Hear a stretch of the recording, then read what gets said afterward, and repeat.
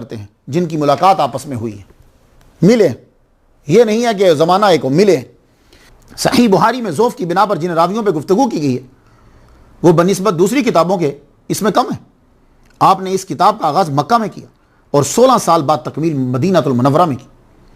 आप उससे हदीस लेते जो ज़्यादा से ज़्यादा अपने शेख के साथ रहा है, जो कम रहा है उससे कम हदीस लेते। आपकी किताब में सुलासियात ज़्यादा है। एक बात और आपको बता दूँ, आप बुखारी शरीफ क्यों मशहूर हुई? अगर आपसे कोई बंदा पूछता है कि इमाम बुखारी वली कामिल हाफिजुल हदीस इमामुल मुहद्दिसीन आपकी किताब मशहूर क्यों हुई, तो भाई आपकी किताब के अंदर सुलासियात ज्यादा हैं। सुलासियात से मुराद वो हदीस हैं जिनमें इमाम बुखारी से हुजूर सल्लल्लाहु अलैहि वसल्लम तक 3 रावी हों, और इमाम बुखारी रहमतुल्लाह अलैह की किताब में 22 सुलासियात हैं। 21 आपने इमाम आजम अबू हनीफा रहमतुल्लाह के शागिर्दों से ली हैं। तो अगर इमाम आजम रहमतुल्लाह अलैह के शागिर्द निकाल दिए जाएं तो बुखारी का जो तुर्रा इम्तियाज है वो खत्म हो जाएगा। तो मालूम ये हुआ कि इमाम आजम कुतुब वक्त के बड़े बड़े कुतुब और गौस और अब्दाल जिनके मानने वाले और फॉलोअर हैं, उनका फैज है इस वली कामिल के पास भी। अब सवाल यह है कि 16 साल में कैसे लिखा? 16 साल तो आप मक्के में रहे ही नहीं।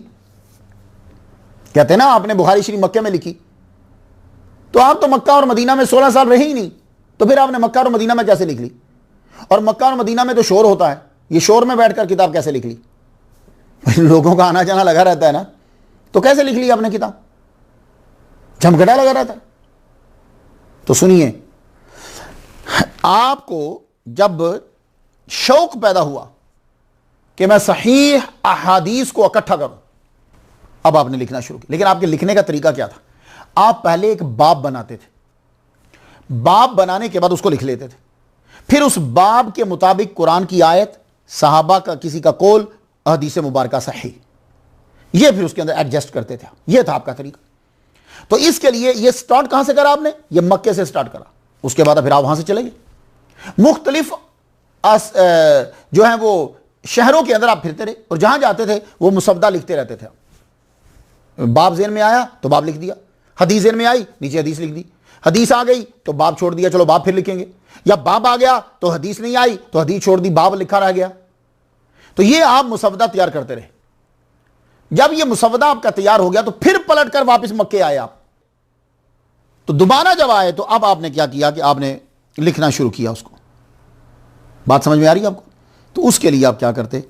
पहले गुस्ल करते, फिर 2 नफल पढ़ते, फिर उसके बाद इस्तिखारा करते।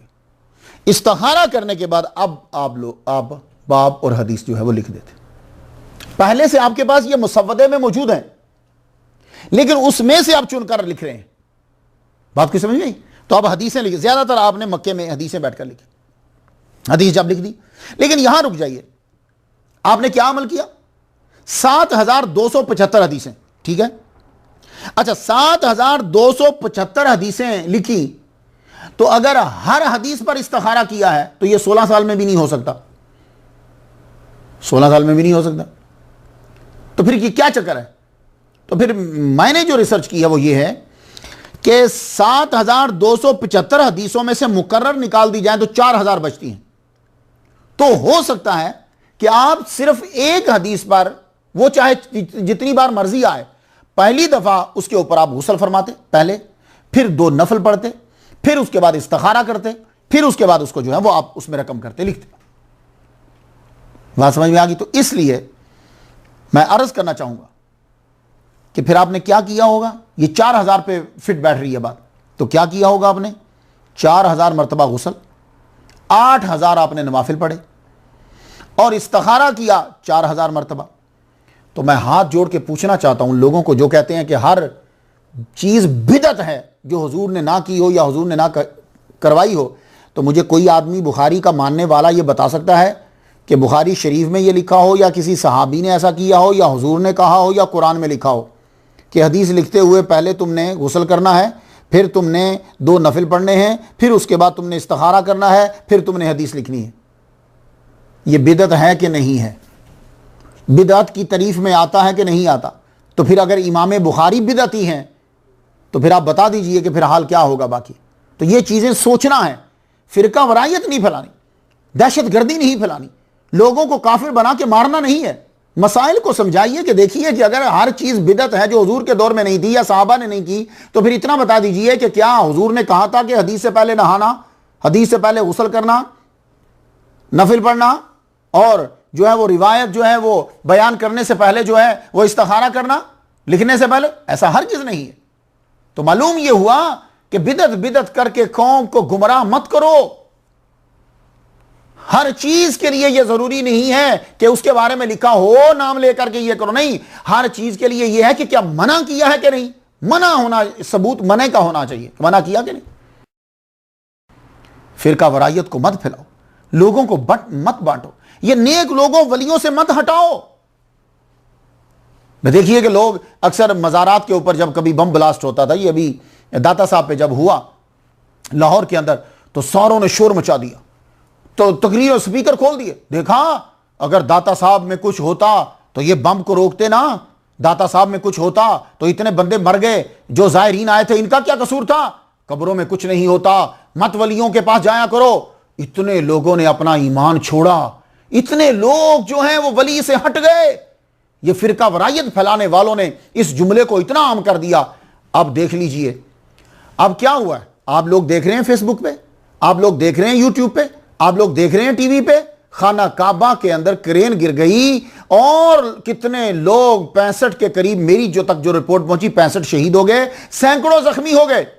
अब बताओ, अगर तुम फसाद नहीं फैला रहे, दहशतगर्द नहीं हो, तुम लोग जो हो वो फितना फसाद फैलाने वाले नहीं, फिरका वरायत वाले नहीं, तो अब बोलो, अब बताओ कि वली तो चलो नहीं रोक सका, तो अल्लाह ताला ने क्यों इतने बंदे अपने घर के अंदर मरवा दिए?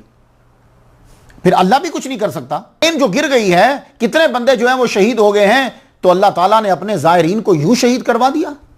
अल्लाह ताला अपने घर के अंदर क्रेन को ना रोक सका। क्या आप ये तबलीग करोगे? खुदा का खौफ करो, अल्लाह के बंदों से क्यों हटाते हो लोगों को? और ये जो वलियों के जो दुश्मन हैं, औलिया के जो दुश्मन हैं, ये कोई बात हाथ से जाने नहीं देते। कब्रों को गिराएंगे और कहेंगे वली कुछ नहीं कर रहा, मज़ारात को गिरा देंगे, बम्बों से उड़ेगा तो कहेंगे देखा वली ने क्या किया। अब यही मैं उनसे पूछना चाहता हूं, ये अल्लाह ताला ने क्यों नहीं बचाए बंदे? फिर तो क्या अल्लाह भी कुछ नहीं कर सकता? नहीं, चीज़ें तकदीर में लिखी जा चुकी हैं। ये तकदीर के अंदर रब ताला ने लिख दिया। अब जो लिख दिया है वो दुआओं से टलता है, लेकिन वैसे जो है वो होता सोता है। तो ये बात याद रखो, इसलिए अपने ईमान को मजबूत कर लो। तुम्हें कभी कोई ये कहे आकर कि वली में ताकत होती तो यूं ऐसे मजार के ऊपर क्यों हुआ, तो उसे कहो, तो फिर तो ये तेरा एतराज अल्लाह पर भी होगा कि ये खाना काबा के अंदर क्रेन गिर गई और इतने बंदे मर गए, या ऐसा फिर अल्लाह ने क्रेन को क्यों नहीं रोका? नाउज़ बिल्लाह, नाउज़ बिल्लाह, नाउज़ बिल्लाह। अपने ईमान को बचाइए, औलिया से मोहब्बत को बरकरार कीजिए और शामिल हो जाइए कि औलिया का पैगाम आगे पहुंचाएं। औलिया से बढ़कर कोई भी तौहीद को फैलाने वाला नहीं। तो इमाम बुखारी रहमतुल्लाह अलैह, आप अगर बिदत, हर चीज बिदत बिदत बिदत बिदत है, तो फिर इमाम बुखारी पर क्या फतवा है? मैं इसका इंतजार करूंगा कि जो उन्होंने 4000 मरतबा गुस्ल किया, 8000 नवाफिल पढ़े और 4000 इस्तिखारे किए, ये कुरान में है, हदीस में है, हुजूर ने कहा, सहाबा ने किया, फिर इमाम बुखारी ने क्यों किया? और क्या यह बिदत है कि नहीं है? और अगर यह बिदत है और यकीनन बिदत है, तो फिर इमाम बुखारी पे क्या हुक्म लगता है? तो आपने जब मुसवदा तैयार कर